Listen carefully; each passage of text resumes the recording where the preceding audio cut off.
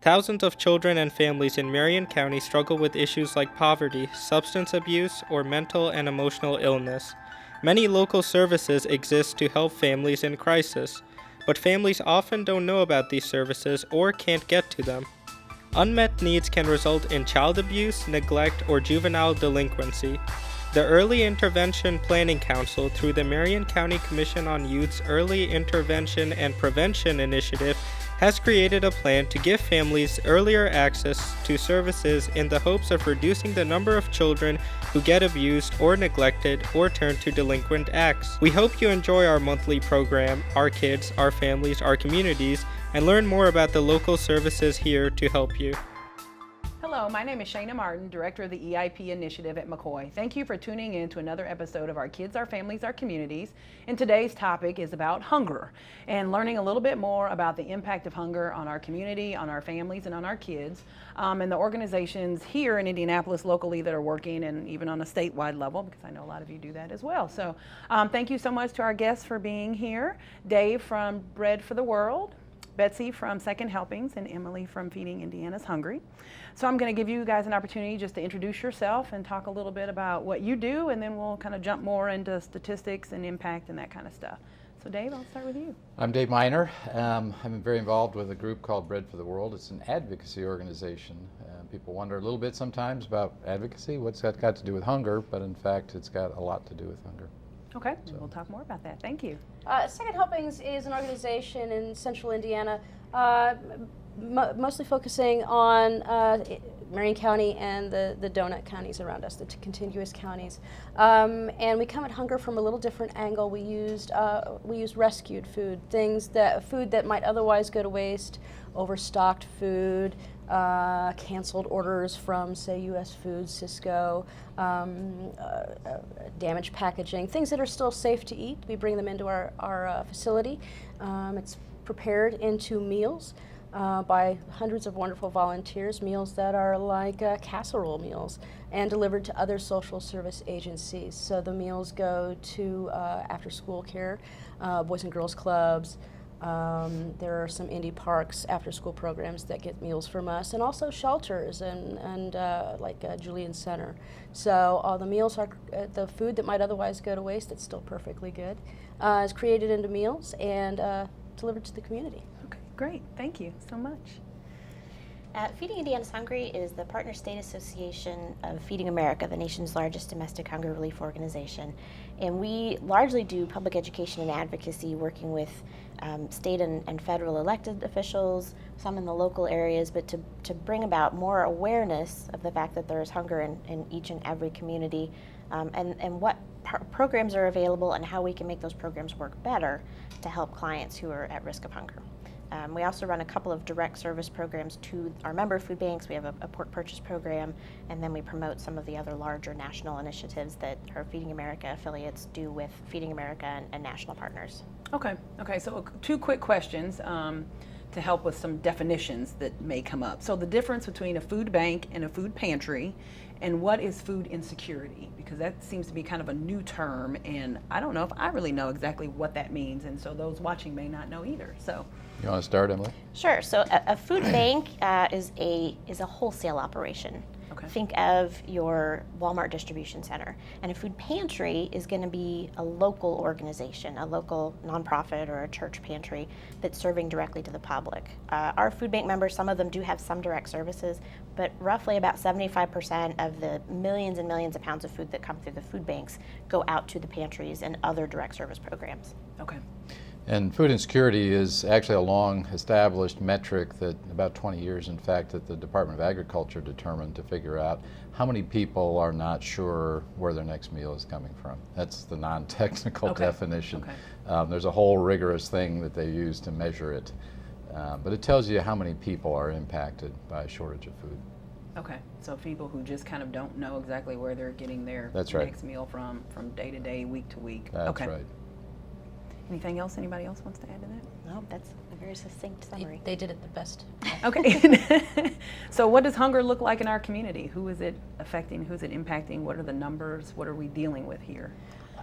I can talk a little bit about how Second Helpings views the world, because since our meals go to other social service agencies, I can talk about the growth there. Okay. Last year, Second Helpings provided more than 955,000 meals to the community, to 80 social service agencies, and that was an increase over the year before by 50,000 meals. So the need is growing, and of all those 955,000 meals, 47% of them, nearly half, went to children. And in our case, we're not serving school lunches. We're serving those places for out of school time or during summer sessions. Dave, we think about this a lot when we think about how we're feeding people in different areas. Is when kids have free and reduced lunch during school sessions, it's a wonderful thing. But what happens after school? So in the case of after-school programs, they can come in after school. There's homework time, there's some recreation time, and then there's a nice hot meal, because all of our meals are served hot. Think of casserole style, kind of a pot pie, spaghetti kind of thing. And the caregivers, so whether it's parents, aunts, uncles, who are ready to pick them up when they're ready, when it's time to go home. We figure if the kid isn't going to have dinner that night, then maybe somebody else isn't. They can sit down and eat too. It's a very family style thing, and the need there has grown. So we're seeing more and more people come in. We're seeing more locations that are opening up to community dinners. Instead of just programs where it's aimed at specifically children or shelters or something. Stephen Decatur Elementary School in Decatur Township contacted us, and it's a wonderful program. Every Tuesday night, they open their doors in the elementary school, and we provide meals, and they serve it cafeteria style to anybody who wants to show up. Gets the parents into the school. It's really a terrific.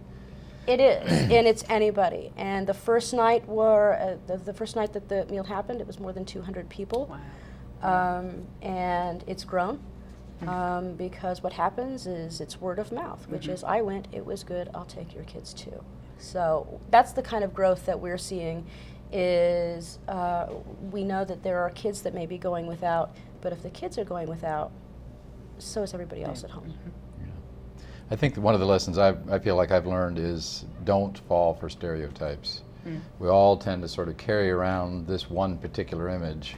I was part of some survey work done several years ago and met people at food pantries and shelters and so forth. Lots of people, talked with them individually. And the big lesson I took from that was don't fall for stereotypes, because I met people who hadn't finished high school. I met people with master's degrees.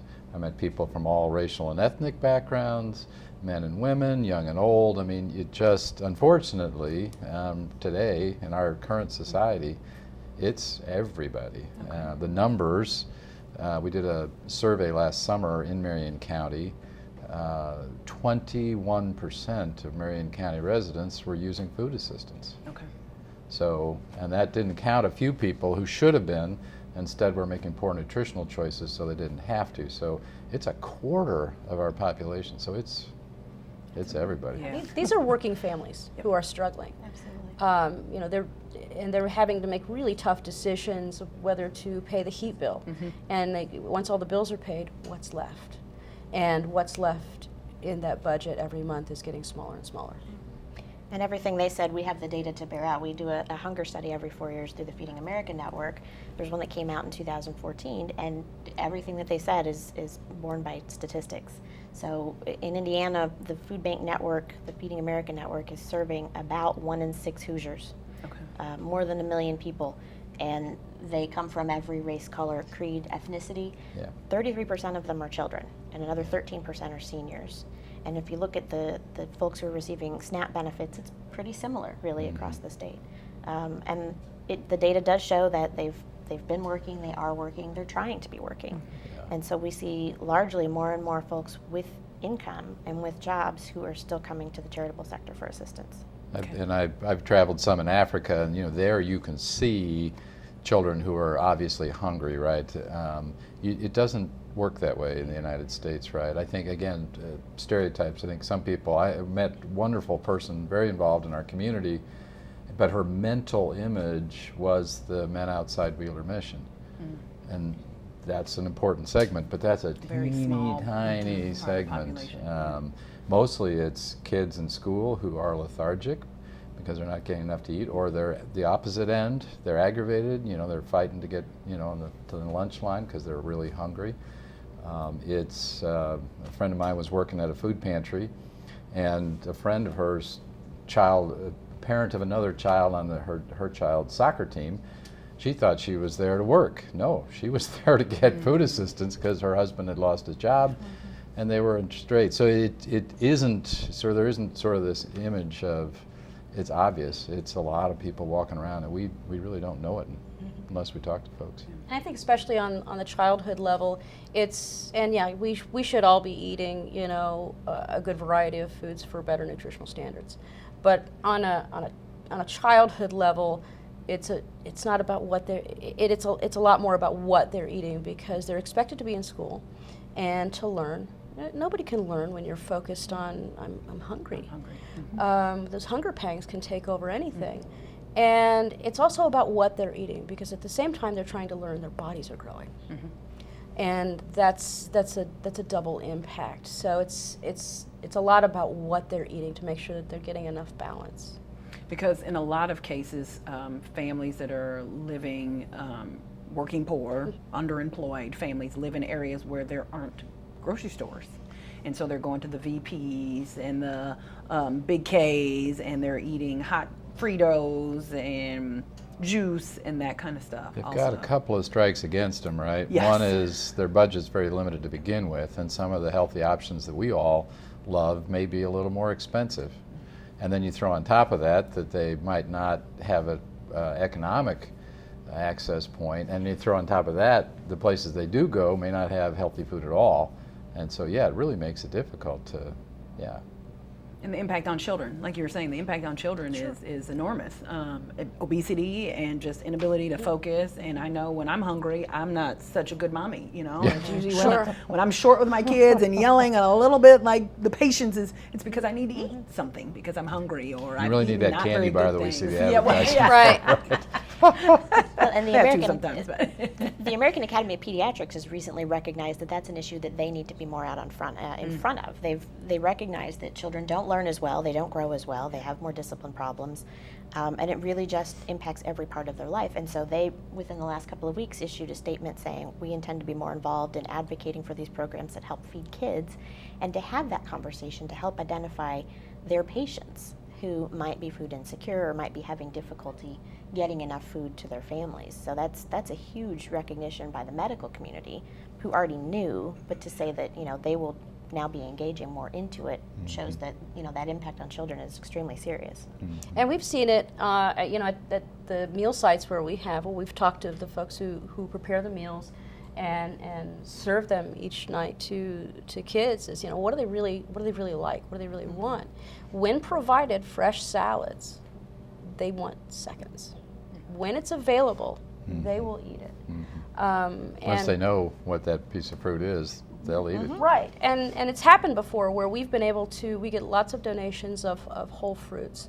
Where it's happened before where we get plums, fresh plums, and we can deliver them whole as part of a snack or a dessert as our meals. And the kids may have never seen a plum before, but once they know what it looks like, what it smells like, what it tastes like, in some cases, especially in daycare centers, it becomes a lesson, which is it grows on a tree, and this is what it does. And then it becomes, it's about teaching kids what healthy foods are. When given those options, they'll make the right choices. Yeah. So how do families access? If families are already struggling to get food, where can they go, to get food, to get meals, and to make sure that they are healthy and nutritious? I think you've hit on maybe the most important question here, because there's actually a lot being done and a lot that's available. So we have several critical federal programs, what used to be food stamps, now called SNAP. That provides actually 2/3 of the food. that goes to hungry people in Indianapolis and across the country. This all-important school meals, school lunch, school breakfast, and the WIC program for women, infants, and children, VITAL program with nutrition for children in the first 1,000 days of life. That's only some of the federal programs, and then you move into the wonderful private programs like Second Helpings and the food pantry supported by Gleaners Food Bank. And so one of the really interesting things about this is, though, each of those is by design a partial solution. And so if you've got a real need, you've got to somehow fit those pieces together to feed your family 3 meals a day. And so how do families navigate that? That's an interesting problem for us. It is, and it's been a wonderful, I don't want to say test, but it's been a wonderful thing to see that was new to us, to be able to do those community meals. Because we've opened up other spots. Holy Cross Central School, just off of Washington Street, they started doing community meals this summer, and people were coming in everywhere. There's another place that we have 80 agencies. I could talk about them all, but you don't have enough time. I visited Westminster Family Services. South Side? Yeah. Not far Near from West. Second. Yeah, near West, not far Yeah. from Second Helpings. I was there because I wanted to see how the meal operation went. They do an afternoon meal, and they do something really interesting, which is they open up their line for cafeteria-style meals, and at the same time that they're feeding people, they're also getting people signed up to go visit the food pantry, so people don't go into the food pantry hungry.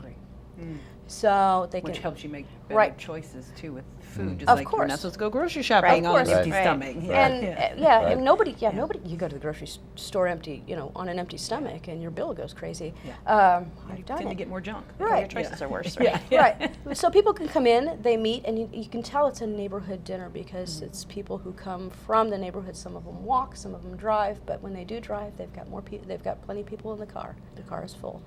And even better is that they're eating and they get a number called, or it's some sort of system that they use to get people to visit the food pantry. And then when they're done with the food pantry, they can go back and get more to eat. So Emily, one no. vital source of information for our community is 211. Okay. Thank If you. you dial 211, they have a list of available sources, and they'll find out where you are and what your particular circumstances are. And they do work hard to keep it current on what's available when. So 211 is a really good first place to go. And it's a statewide resource as well. Yeah. The second thing that we're working on, I have my Bread for the World hat. This is with my Indie Hunger Network hat, which includes Second Helpings and 6 other nonprofits, and then the federal programs. We're trying to make the linkages between things. So someday, we've made some progress in this direction, but you'll be able to walk into any of these food pantries, and they will not only serve you and help you, but they'll also say, and did you know about, and have you checked out, and have them as a source of referrals so that to help people fit things together. And that's something that 211 is actually taking an active role in as well. If you call 211 and ask for food assistance, one of the questions they'll ask you is, are you receiving SNAP benefits, or Okay. are you receiving food stamps? That's right. And if you say no, they can walk you through a pre-screening tool that just asks you some basic questions about how many people are in your household, what's your household income monthly, what are your monthly expenses, and going through a pre-screening tool, they can advise someone as to whether they may or may not be eligible. Okay. And then ultimately the goal is to be able to do what they call a warm transfer, where they'll say, okay, if you're eligible, let me transfer you to someone else, Right. and they'll help you with the application process. Okay. So 211 is able to do that in a very robust way to show you any resource that you may And this need. really is, you hit on a vital issue. When we did the survey last summer that I mentioned earlier, when we found people who said they had missed meals in the previous week, we found out, we had tried to find out why, and of course it turned, not surprising in a way, but we have the data. Most of the people who had missed meals were either not using food pantries or not using SNAP or both. And we didn't even go Right. into congregate meal sites. So the food's out there if people can get access to what and when and where they need it. And when it comes to some of those benefits, I think that people don't really know that they might be eligible for them. Yeah. And I think that once they see that there's help out there, that they'll certainly say, "Oh, I didn't know that." Well, Sure, and this that's is- what this we've is seen a in our client possibility. studies as well. They didn't know, they applied before and weren't eligible then. But anytime your income changes or your household numbers change, and then every year the eligibility guidelines are updated. So if anything changes in their situation, they should certainly look at applying again. Do most food pantries have eligibility requirements, or do most of the time when you walk in a food pantry, are you able to? And they may, that may be an answer that they're all different, and you just. Well, and maybe I'll start, and then Emily can correct me but the best practice, and I think this is pretty clear, is no criteria. Okay. Because of where pantries fit into the broader system of all these other things that we've talked about, really the vital role of the pantry is fitting in where somebody couldn't get something else. And so if you have a lot of screening criteria, you're going to cut out, for example, people above 185% of poverty are not eligible for any of the federal programs. Now, they could go to a second helping site, but other than that, they have no options. And if a pantry would screen them out, they're screening them out of the only option they have. Okay. So, but having said that, I think, and I don't know exactly, Emily, you may know better than I, it's uneven. Every pantry is its own independent operation. Everybody chooses how they want to run it. So. Largely, particularly if they're getting commodity food, they are required to accept clients up to 185% of poverty for that the federal food. Every pantry is potentially a little bit different. But we know just from our client studies and working with our partner agencies that easily 20 to 30% of the clients that we're serving in some places are above that criteria, and we're still serving them. Okay. And that's because they still have a need. So even though their eligibility guidelines and their income and their assets may put them above the limits, they still don't have that food budget to get what they need. And for there's their other families. exclusions as well, Right. unfortunately. Able-bodied adults without dependents. And, Convicted drug felons. There's Yeah. a few things that would hold a family back. So it's Okay. important that the pantries, as much as possible, serve everybody who walks through their door. And I know this year, Gleaners for the first time this summer had a mobile food pantry, and we, McCoy staff volunteered at one of those sites, so I know Wonderful. that was, and that was, I think, the largest site on the near west side, where the first pantry, it was like, 300 and some people, and it was like, wow. But, and I don't know if that's something they're going to continue every year, but I know that was a great resource Yeah. for the summer months, when kids are not in school Sure. and don't necessarily have the daily access to food that they do during the school year. So to be able to provide families with an opportunity at least once a week to come out in their neighborhood where there may Yeah. be pantries or there may not be. We wish more people knew about the Summer Servings Program, which Okay. is a free meal for kids. I forget, 150 locations across the city. I mean, it's available all over the place. And there's unlimited number of kids could show up.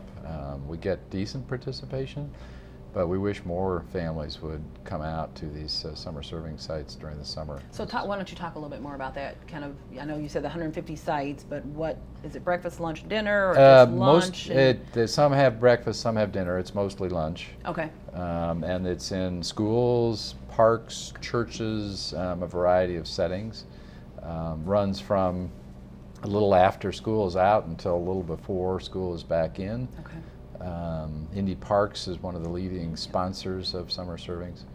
It's a program where there are no questions. There's no qualification. Yeah. Just come in and eat. There you go. Okay. Yeah. And the- 211 again would be a place to call to know where those Absolutely. locations are closest to Absolutely. you. Yeah, it has its own website as well, which gets updated just before the start of the summer. Okay. But 211's always a good place to start. So how do folks that want to get involved get involved? Are there people who are watching the show that would like to volunteer, would like to donate, want to get involved because they think this is an important issue? How do they do that? How do they? So from our perspective, food banks are always in need of volunteer assistance, and they're largely staffed by volunteers. To find out where the food bank, the Feeding America affiliate is near you, you can go to the Feeding America website, click on Find My Food Bank, and it'll send you to that no matter where you are in the country, because every area is covered by a Feeding America food bank. Their volunteer needs are always right along with the agencies that we serve. Most of the agencies, the pantries, the soup kitchens, the after-school programs, have very little paid staff at all. Usually they have no more than one. And so if there's something at your church, something in your neighborhood that you know about, ask them, because they will have a volunteer need that you can help them fill. Right. And at sort of really high level, you can go to the Indie Hunger Network, indiehunger.org Okay. site, and we list Second Helpings, Gleaners, Midwest Food Bank, so you can just one click off of that and get to a whole range of the leading nonprofits in the city. Yeah, Second Helpings is, we rely on volunteers. We really only have 20 full-time staffers and I think 5 part-time staffers. Okay. 600 active volunteers every year. And there's always room for more because we're doing 4,000 meals a day. Yeah. They need to be cooked, prepared, delivered. Okay. And so we use volunteers. We have a chef in the kitchen, and we have folks who supervise to make sure all the meals are getting made properly. But volunteers do all the cooking. They chop the vegetables. They can cook everything together. I think you guys have seen it before. It always smells like food in there. It's a great place to Always eat. smells very good. And volunteers do all the cooking. You don't really need to know what you're doing, but you do need to be 16 because that's part of state health Okay. regulations. And we'll teach you what you need to do. And if you're okay with chopping some vegetables or helping us get some meat together so we can make those meals, if you don't want to work in the kitchen, that's fine. We will gladly put you on one of our vehicles so you can help deliver meals. And that's always one of my favorite things is delivering meals because you get to go in and see where people are who are accepting them. There's also opportunities for people to sort of use their professional skills. So there's always a need for people with marketing and a variety of other backgrounds. And so if somebody says, I want to help and I want to use the skills that I have, perfect. It'll take a little more looking, but there's something good that you can do that will use those skills. And I would add that volunteering is something that you can do as a family. Just from my personal experience, taking my daughter and her Girl Scout troop to volunteer at a pantry, the kids learn something. They appreciate that they may have classmates among them who maybe don't have as much as they need, and they understand that there's something that they can do to help in their community. So most of the food banks, the food pantries would have an opportunity for a child with maybe a minimum age level of 6, 8, 10, depending on what you have them doing, to be able to participate and to be part of a family activity. Family and neighborhood food drives are, I think, something we all particularly love. If it's a family or a neighborhood food drive, we've had people who've done birthday parties before where they'll say, don't bring me a gift. Bring a box of pasta and we'll give it to Second Helpings. And because those are non-perishable items, those are things that we don't rescue very much as often, we rely on those. And it's a wonderful thing to see people say, I didn't ask for gifts. I asked for rice and pasta. We'll take it. That's great. And my family, my kids and I volunteered at the Boulevard Place Food Pantry, and I had my 2-year-old, 3-year-old helping. So I think even younger, There are things for little ones was to able do, to stack absolutely. stuff, peanut butter jars and soaps on the bottom shelf and other things like that. It's a great lesson so. in sorting. for Yes, little ones. it really is. And they both loved it, looked forward to it, enjoyed it. We did it for a summer, and and we were able to connect it back to why we were doing it and that kind of stuff. We're So- sort of a little out of season, but another thing that is helpful is people with home gardens and getting the produce that you don't need to a local food pantry who can give it to people who will a great appreciate idea. it. So that's a great way as well to volunteer. Okay. Well, thank you guys so much. Appreciate all the information and knowledge that you shared. It's November. A lot of times people think about Thanksgiving and begin to think about people who aren't eating and like to volunteer. But what this has done is raised awareness about that hunger is something that people experience all year round, not just during the holidays, not just during Thanksgiving season, but all year long, every day, every second, every minute, there is some child or family that is hungry, and that there are lots of options and opportunities out there, ways that we can get involved. So the point of this show was to raise awareness and share that information and resources for families who need it, but then also to ask the community to get involved and get engaged and recognize that this is a big issue and that we all have a role to play in helping to eliminate hunger as much as possible. Great So summary. thank you guys all, really appreciate it, and thank you for tuning in to another episode of Our Kids, Our Families, Our Communities, and we look forward to seeing you again next time.